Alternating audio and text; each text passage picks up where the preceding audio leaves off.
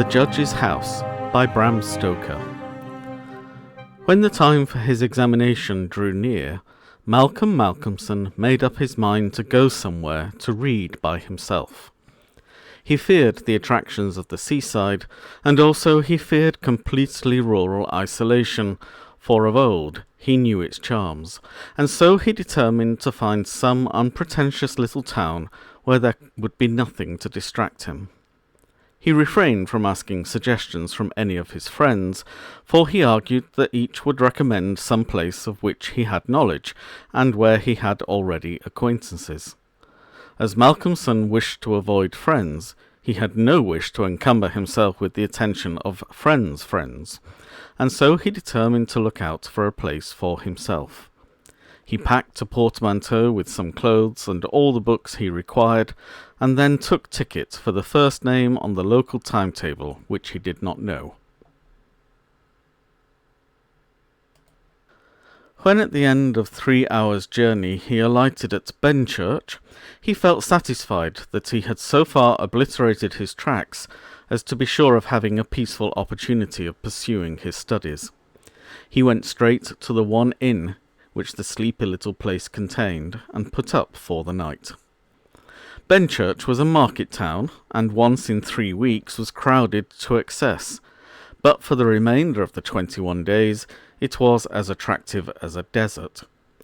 Malcolmson looked around the day after his arrival to try to find quarters more isolated than even so quiet an inn as the Good Traveller afforded. There was only one place which took his fancy, and it certainly satisfied his wildest ideas regarding quiet. In fact, quiet was not the proper word to apply to it.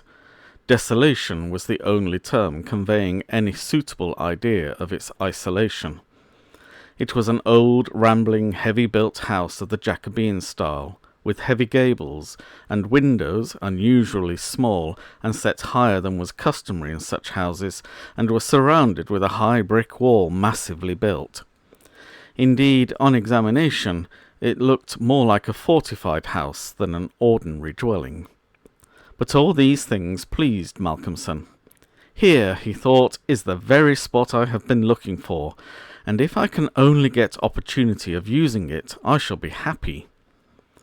His joy was increased when he realized beyond doubt that it was not at present inhabited.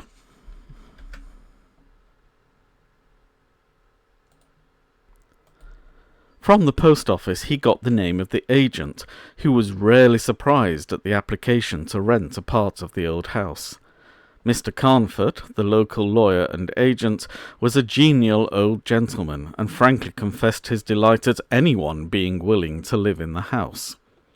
"To tell you the truth," said he, "I should be only too happy on behalf of the owners to let anyone have the house rent-free for a term of years, if only to accustom the people here to see it inhabited.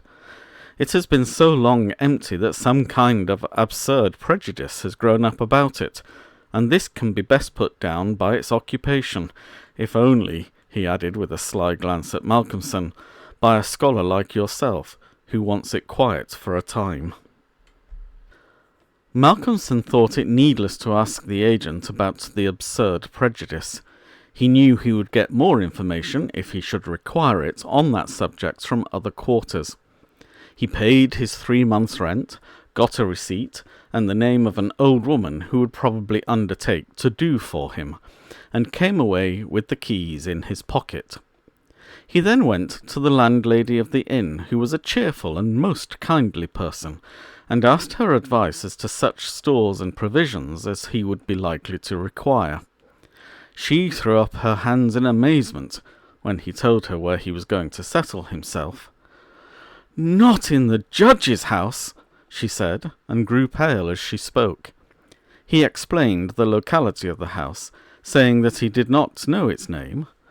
When he had finished, she answered, "Aye, sure enough, the very place. It is the Judge's house, sure enough." He asked her to tell him about the place, why so called, and what there was against it.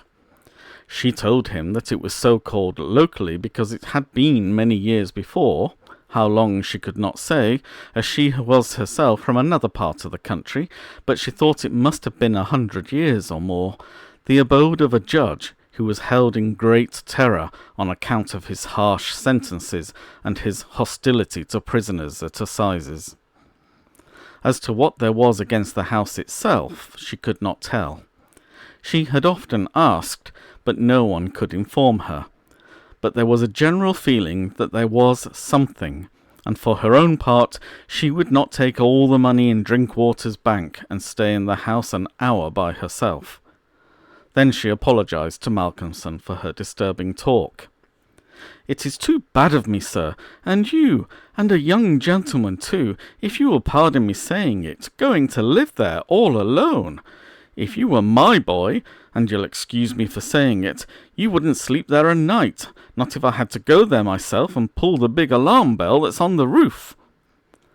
The good creature was so manifestly in earnest, and was so kindly in her intentions, that Malcolm, although amused, was touched. He told her kindly how much he appreciated her interest in him, and added, "But my dear Mrs. Whiteham, indeed you need not be concerned about me. A man who is reading for the mathematical tripos has too much to think of to be disturbed by any of these mysterious somethings, and his work is of too exact and prosaic a kind to allow of his having any corner in his mind for mysteries of any kind. Harmonical progression, permutations and combinations, and elliptic functions have sufficient mysteries for me." Mrs. Whiteham kindly undertook to see after his commissions, and he went himself to look for the old woman who had been recommended to him. When he returned to the judge's house with her, after an interval of a couple of hours, he found Mrs. Whiteham herself waiting with several men and boys carrying parcels, and an upholsterer's man with a bed in a cart. For, she said, though tables and chairs might be all very well, a bed that hadn't been aired for mayhap 50 years was not proper for young bones to lie on. She was evidently curious to see inside the house, and though manifestly so afraid of the somethings that at the slightest sound she clutched on to Malcolmson, whom she never left for a moment, went over the whole place. After his examination of the house, Malcolmson decided to take up his abode in the great dining room, which was big enough to serve for all of his requirements, and Mrs. Whiteham, with the aid of the charwoman Mrs. Dempster, proceeded to arrange matters. When the hampers were brought in and unpacked, Malcolmson saw that with much kind forethought she had sent from her own kitchen sufficient provisions to last for a few days. Before going, she expressed all sorts of kind wishes, and at the door turned and said, "And perhaps, sir, as the room is big and draughty, it might be well to have one of those big screens put round your bed at night. Though, truth to tell, I would die myself if I were to be so shut in with all kinds of things that put their heads round the sides or over the top and look on me." The image which she had called up was too much for her nerves, and she fled incontinently. Mrs. Dempster sniffed in a superior manner as the landlady disappeared, and remarked that for her own part she wasn't afraid of all the bogies in the kingdom. "I'll tell you what it is, sir," she said, "bogies is all kinds and sorts of things, except bogies. Rats and mice and beetles and creaky doors and loose slates and broken panes and stiff drawer handles that stay out when you pull them and then fall down in the middle of the night. Look at the wainscot of the room. It is old, hundreds of years old. Do you think there's no rats and beetles there? And do you imagine, sir, that you won't see none of them? Rats is bogies, I tell you, and bogies is rats, and don't you get to think anything else." "Mrs. Dempster," said Malcolmson gravely, making her a polite bow, "you know more than a senior wrangler, and let me say that, as a mark of esteem for your indubitable soundness of head and heart, I shall, when I go, give you possession of this house, and let you stay here by yourself for the last 2 months of my tenancy, for 4 weeks will serve my purpose." "Thank you kindly, sir," she answered, "but I couldn't sleep away from home a night. I am in Greenhouse Charity, and if I slept a night away from my rooms, I should lose all I have got to live on. The rules is very strict, and there's too many watching for a vacancy for me to run any risks in the matter. Only for that, sir, I'd gladly come here and attend on you altogether during your stay." "My good woman," said Malcolmson hastily, "I have come here on purpose to obtain solitude, and believe me that I am grateful to the late Greenhow for having so organised his admirable charity, whatever it is, that I am perforce denied the opportunity of suffering from such a form of temptation. St. Anthony himself could not be more rigid on the point." The old woman laughed harshly. "Ah, you young gentlemen," she said, "you don't fear for naught, and belike you'll get all the solitude you want here." She set to work with her cleaning, and by nightfall, when Malcolmson returned from his walk, he always had one of his books to study as he walked, he found the room swept and tidied, a fire burning in the old hearth, the lamp lit, and the table spread for supper with Mrs. Whiteham's excellent fare. "This is comfort indeed," he said, as he rubbed his hands. When he had finished his supper and lifted the tray to the other end of the great oak dining table, he got out his books again, put fresh wood on the fire, trimmed his lamp, and set himself down to a spell of real hard work. He went on without pause till about 11 o'clock, when he knocked off for a bit to fix his fire and lamp and to make himself a cup of tea. He had always been a tea drinker, and during his college life had sat late at work and had taken tea late. The rest was a great luxury to him, and he enjoyed it with a sense of delicious voluptuous ease. The renewed fire leapt and sparkled, and threw quaint shadows through the old great room. And as he sipped his hot tea, he revelled in the sense of isolation from his kind. Then it was that he began to notice for the first time what a noise the rats were making. "Surely," he thought, "they cannot have been at it all the time I was reading. Had they been, I must have noticed it." Presently, when the noise increased, he satisfied himself that it was really new. It was evident that at first the rats had been frightened at the presence of a stranger and the light of fire and lamp, but that as the time went on they had grown bolder, and were now disporting themselves as was their wont. How busy they were, and hark to the strange noises! Up and down behind the old wainscot, over the ceiling and under the floor they raced, and gnawed, and scratched. Malcolmson smiled to himself as he recalled to mind the saying of Mrs. Dempster, "Bogies is rats, and rats is bogies." The tea began to have its effect of intellectual and nervous stimulus.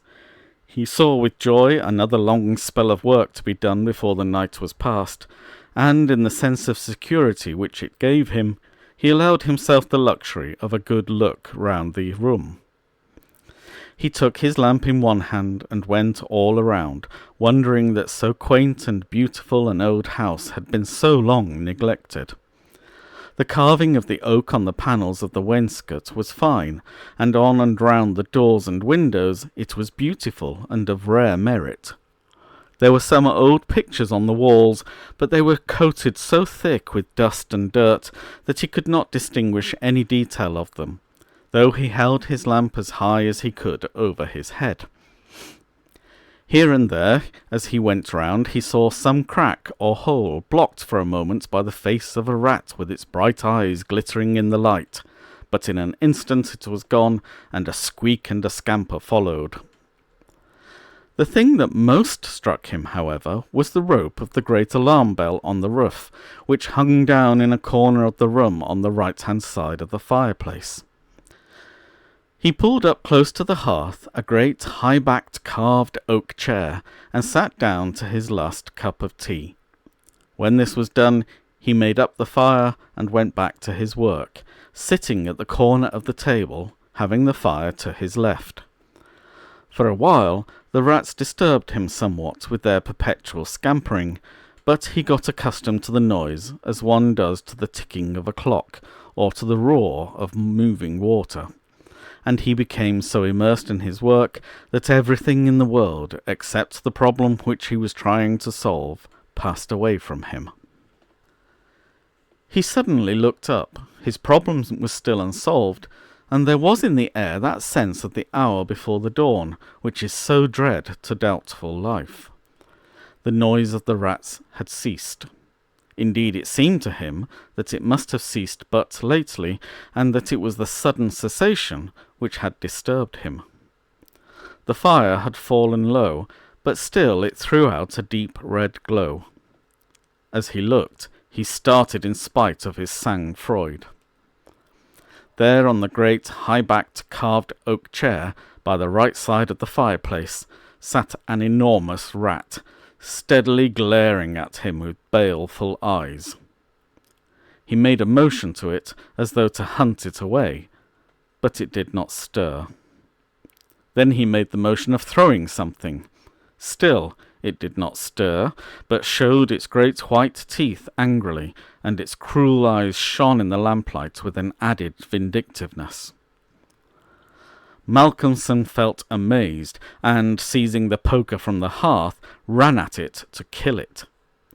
Before, however, he could strike it, the rat, with a squeak that sounded like the concentration of hate, jumped upon the floor, and, running up the rope of the alarm bell, disappeared in the darkness beyond the range of the green-shaded lamp. Instantly, strange to say, the noisy scampering of the rats in the wainscot began again. By this time Malcolmson's mind was quite off the problem, and as a shrill cock-crow outside told him of the approach of morning, he went to bed and to sleep. He slept so sound that he was not even waked by Mrs. Dempster coming in to make up his room. It was only when she had tidied up the place and got his breakfast ready and tapped on the screen which closed in his bed that he woke. He was a little tired still after his night's hard work, but a strong cup of tea soon freshened him up, and, taking his book, he went out for his morning walk, bringing with him a few sandwiches, lest he should not care to return till dinner-time. He found a quiet walk between high elms some way outside the town, and here he spent the greater part of the day studying his Laplace. On his return, he looked in to see Mrs. Whiteham and to thank her for her kindness. When she saw him coming through the diamond-paned bay window of her sanctum, she came out to meet him and asked him in. She looked at him searchingly, and shook her head as she said, "You must not overdo it, sir. You are paler this morning than you should be. 2 late hours and 2 hard work on the brain isn't good for any man. But tell me, sir, how did you pass the night? Well, I hope. But my heart, sir, I was glad when Mrs. Dempster told me this morning that you were all right and sleeping sound when she went in." "Oh, I was all right," he answered, smiling. "The somethings didn't worry me as yet.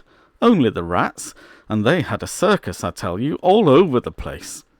There was one wicked-looking old devil that sat up on my own chair by the fire, and wouldn't go till I took the poker to him, and then he ran up the rope of the alarm bell, and got to somewhere up the wall or the ceiling. I couldn't see where, it was so dark." "Mercy on us," said Mrs. Whiteham, "an old devil and sitting on a chair by the fireside. Take care, sir, take care. There's many a true word spoken in jest." "How do you mean? 'Pon my word, I don't understand." "An old devil. The old devil, perhaps. There, sir, you needn't laugh," for Malcolmson had broken into a hearty peal. "You young folks thinks it's easy to laugh at these things that make older ones shudder. Never mind, sir, never mind. Please God, you'll laugh all the time. It's what I wish you myself." And the good lady beamed all over in sympathy with his enjoyment, her fears gone for a moment. "Oh, forgive me," said Malcolmson presently. "Don't think me rude, but the idea was too much for me, that the old devil himself was on the chair last night." And at the thought he laughed again. Then he went home to dinner. This evening the scampering of the rats began earlier. Indeed, it had been going on before his arrival, and only ceased whilst his presence by its freshness disturbed them. After dinner he sat by the fire for a while and had a smoke, and then, having cleared his table, began to work as before. Tonight the rats disturbed him more than they had done on the previous night. How they scampered up and down and under and over! How they squeaked and scratched and gnawed!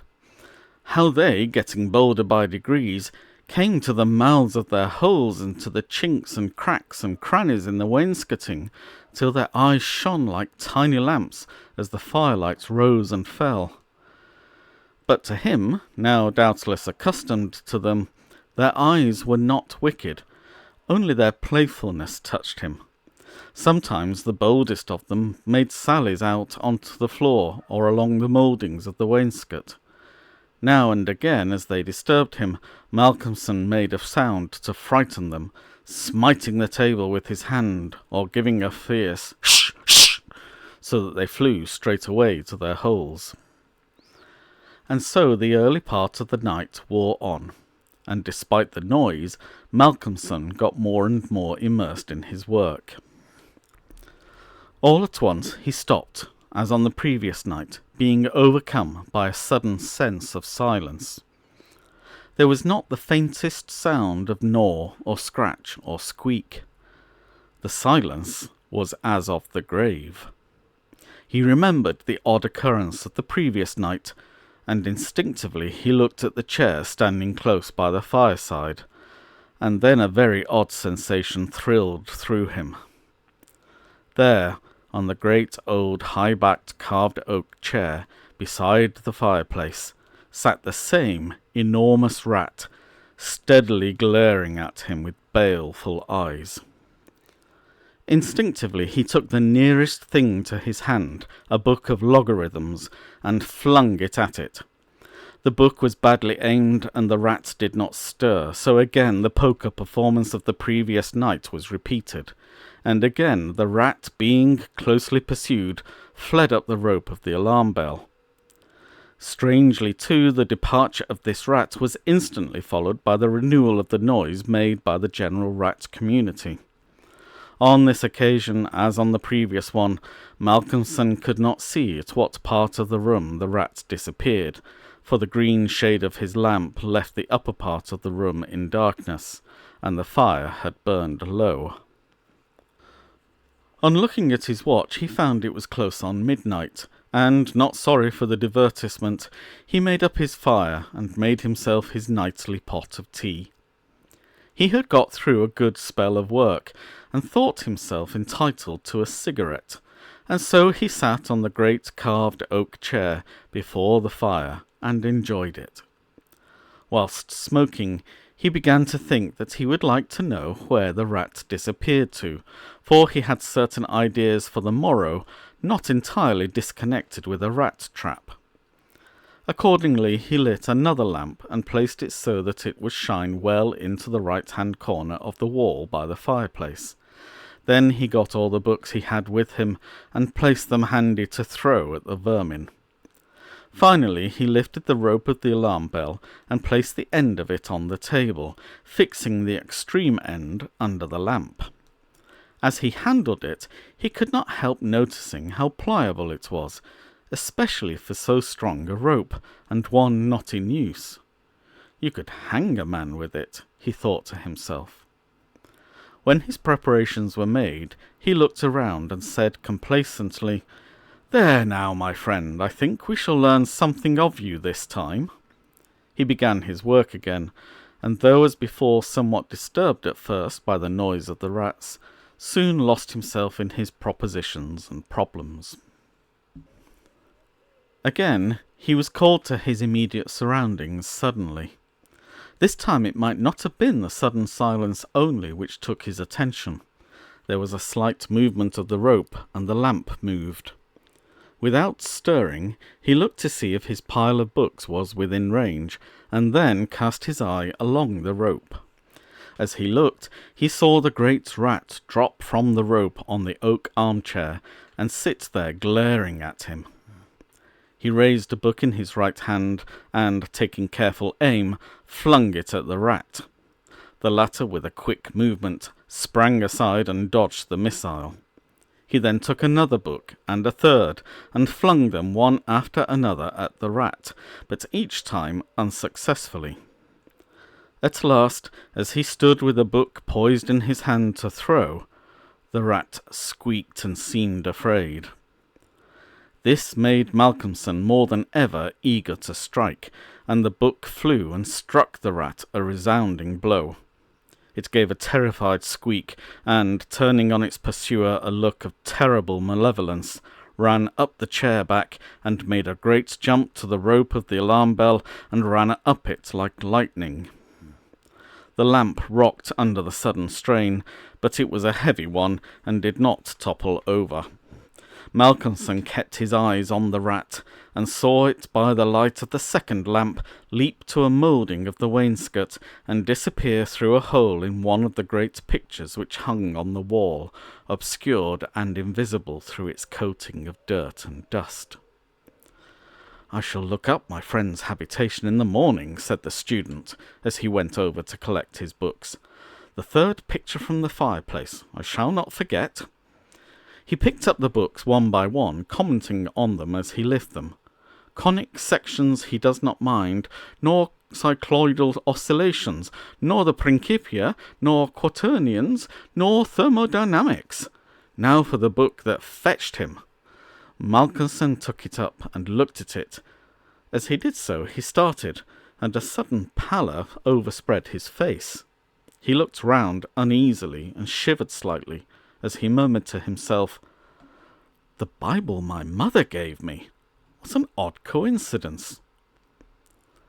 He sat down to work again, and the rats in the wainscot renewed their gambols. They did not disturb him, however. Somehow their presence gave him a sense of companionship, but he could not attend to his work, and, after striving to master the subject on which he was engaged, gave it up in despair, and went to bed as the first streak of dawn stole in through the eastern window.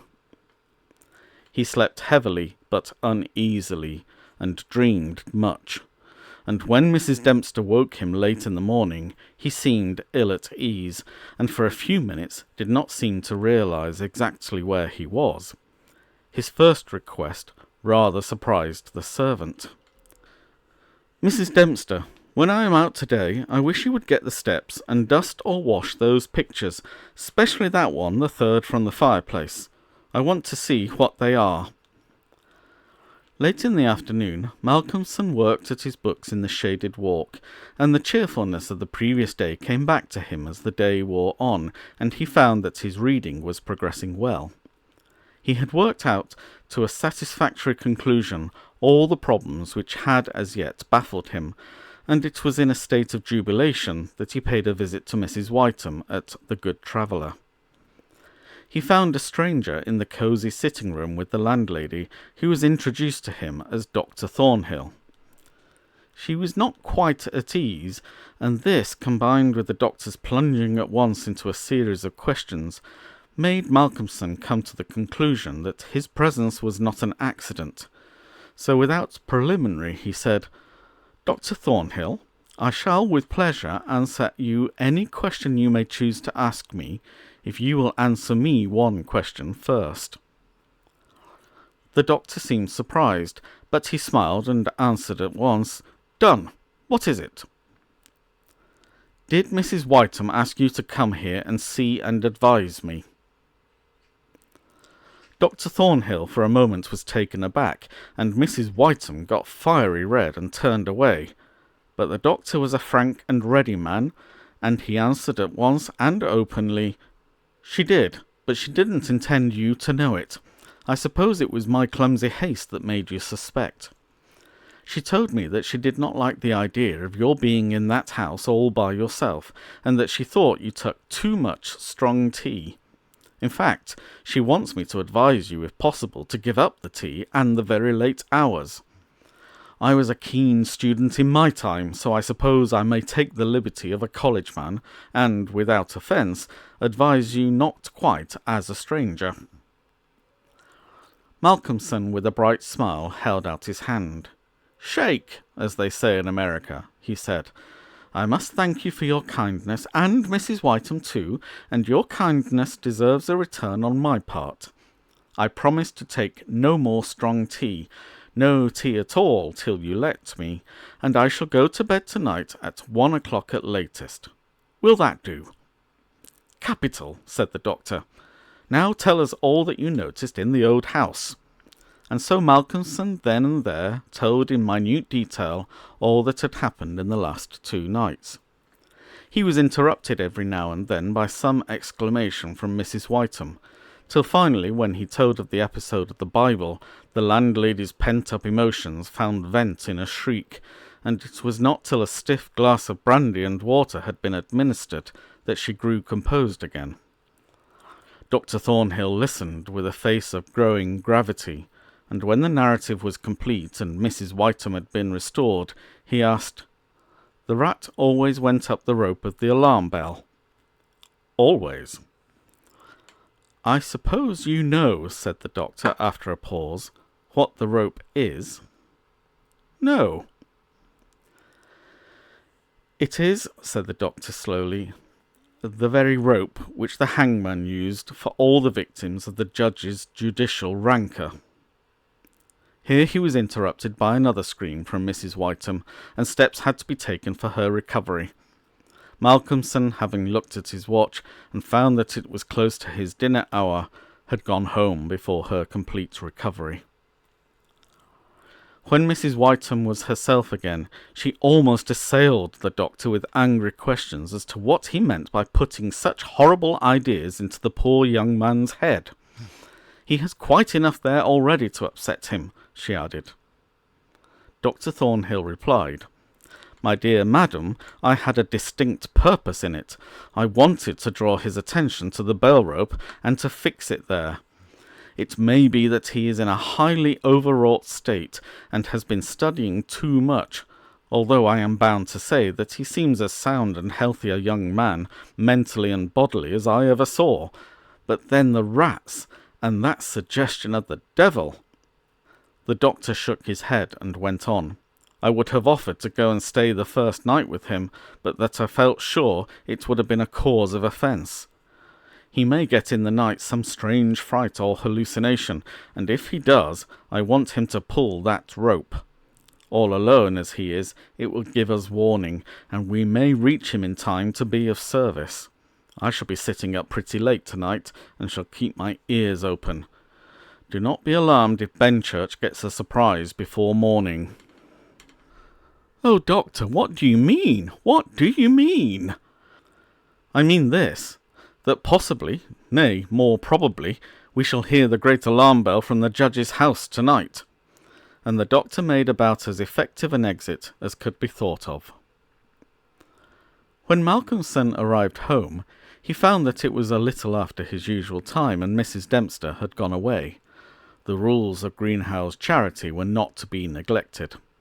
He was glad to see that the place was bright and tidy, with a cheerful fire and a well-trimmed lamp.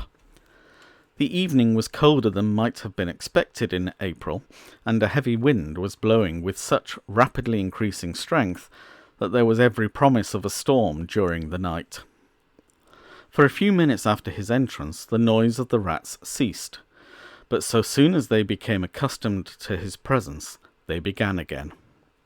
He was glad to hear them, for he felt once more the feeling of companionship in their noise, and his mind ran back to the strange fact that they only ceased to manifest themselves when that other, the great rat with the baleful eyes, came upon the scene. The reading lamp only was lit, and its green shade kept the ceiling and the upper part of the room in darkness, so that the cheerful light from the hearth spreading over the floor and shining on the white cloth laid over the end of the table was warm and cheery. Malcolmson sat down to his dinner with a good appetite and a buoyant spirit. After his dinner and a cigarette, he sat steadily down to work, determined not to let anything disturb him, for he remembered his promise to the doctor, and made up his mind to make the best of the time at his disposal. For an hour or so he worked all right, and then his thoughts began to wander from his books. The actual circumstances around him, the calls on his physical attention, and his nervous susceptibility were not to be denied. By this time the wind had become a gale, and the gale a storm.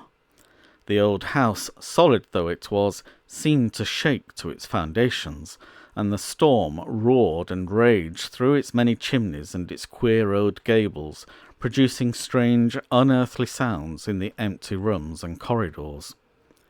Even the great alarm bell on the roof must have felt the force of the wind, for the rope rose and fell slightly, as though the bell were moved a little from time to time, and the limber rope fell on the oak floor with a hard and hollow sound. As Malcolmson listened to it, he bethought himself of the doctor's words. "It is the rope which the hanged man used for the victims of the judge's judicial rancour." And he went over to the corner of the fireplace and took it in his hand to look at it. There seemed a sort of deadly interest in it, and as he stood there he lost himself for a moment in speculation as to who these victims were, and the grim wish of the judge to have such a ghastly relic ever under his eyes. As he stood there, the swaying of the bell on the roof still lifted the rope now and again, but presently there came a new sensation, a sort of tremor in the rope, as though something was moving along it. Looking up instinctively, Malcolmson saw the great rat coming slowly down towards him, glaring at him steadily. He dropped the rope and started back with a muttered curse, and the rat, turning, ran up the rope again and disappeared, and at the same instant Malcolmson became conscious that the noise of the rats, which had ceased for a while, began again. All this set him thinking, and it occurred to him that he had not investigated the lair of the rat or looked at the pictures as he had intended. He lit the other lamp without the shade, and, holding it up, went and stood opposite the third picture from the fireplace on the right-hand side, where he had seen the rat disappear on the previous night.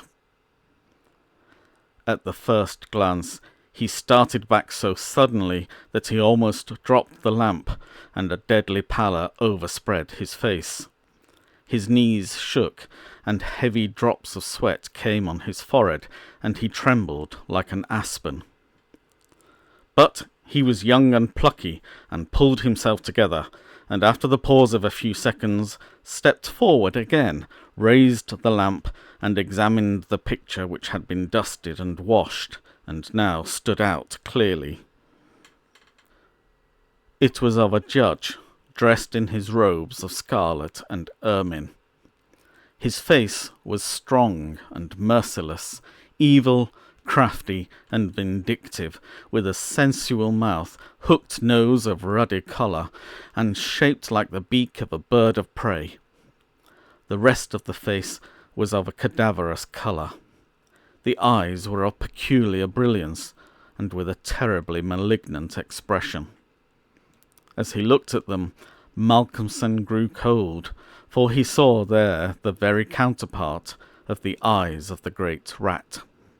The lamp almost fell from his hand.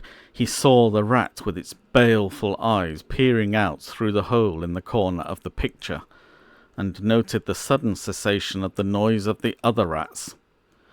However, he pulled himself together and went on with his examination of the picture.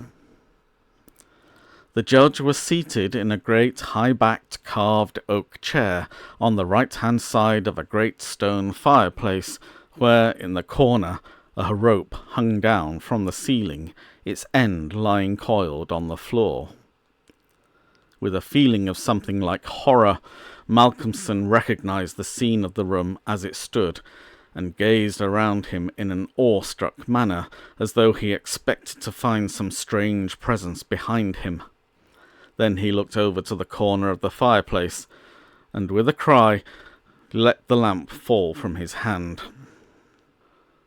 There, in the judge's armchair, with the rope hanging behind, sat the rat with the judge's baleful eyes, now intensified and with a fiendish leer.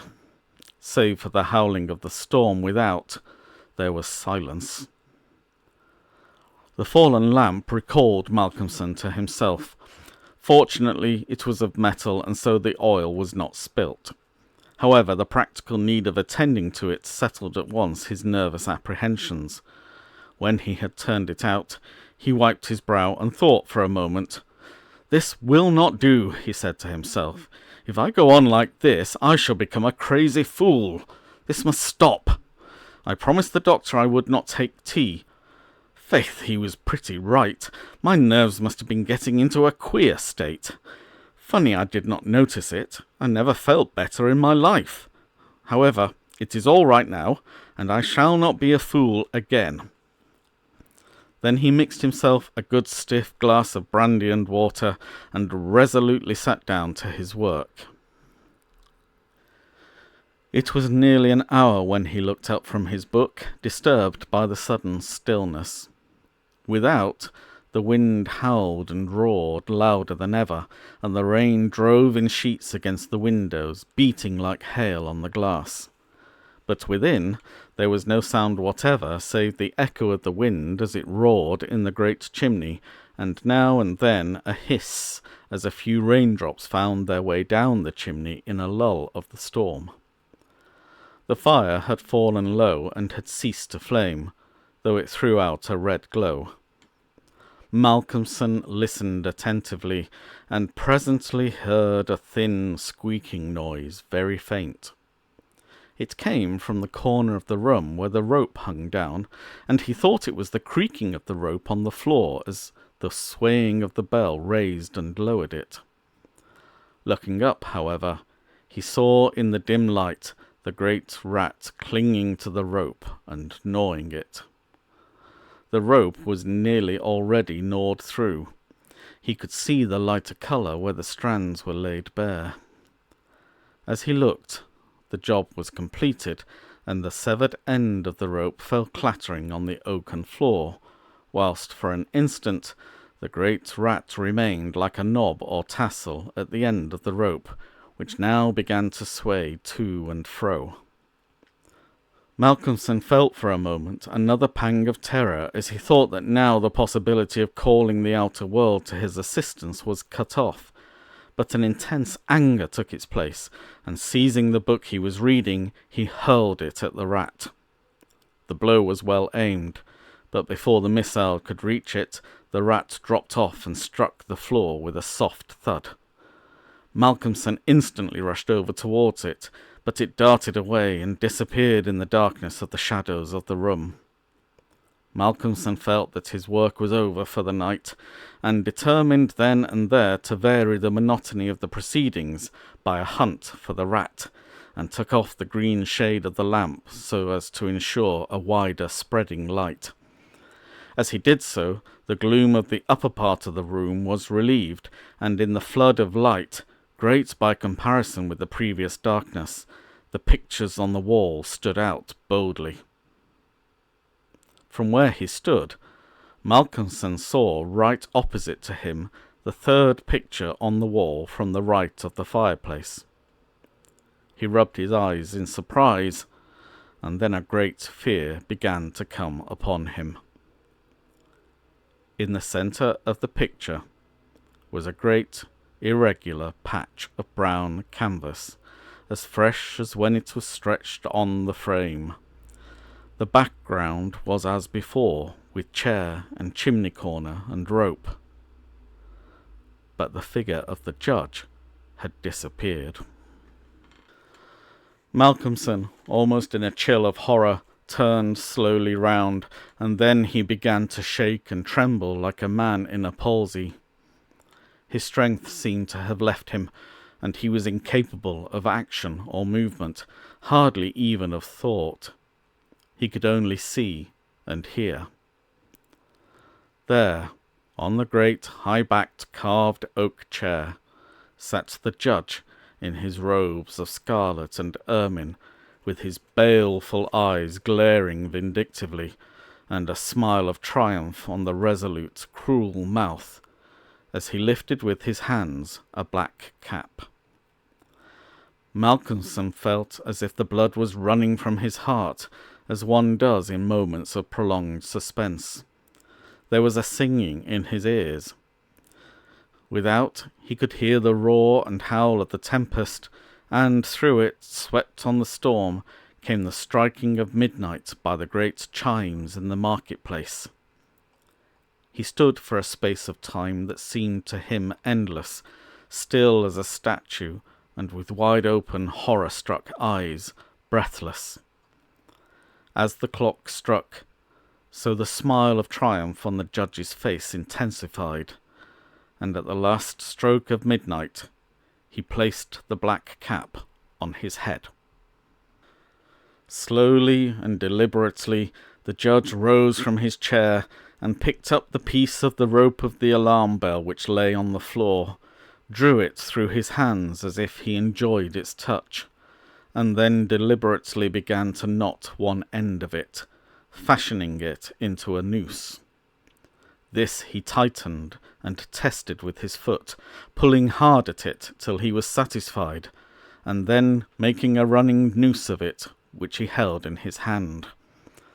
Then he began to move along the table on the opposite side to Malcolmson, keeping his eyes on him until he had passed him, when, with a quick movement, he stood in front of the door. Malcolmson then began to feel that he was trapped, and tried to think of what he should do. There was some fascination in the judge's eyes which he never took off him, and he had perforce to look. He saw the judge approach, still keeping between him and the door, and raise the noose and throw it towards him as if to entangle him. With a great effort he made a quick movement to one side, and saw the rope fall beside him, and heard it strike the oaken floor. Again the judge raised the noose and tried to ensnare him, ever keeping his baleful eyes fixed on him, and each time, by a mighty effort, the student just managed to evade it. So this went on for many times, the judge seeming never discouraged nor discomposed at failure, but playing as a cat does with a mouse. At last, in despair, which had reached its climax, Malcolmson cast a quick glance round him. The lamp seemed to have blazed up, and there was a fairly good light in the room. At the many rat holes and in the chinks and crannies of the wainscot, he saw the rat's eyes, and this aspect, that was purely physical, gave him a gleam of comfort. He looked around and saw that the rope of the great alarm bell was laden with rats.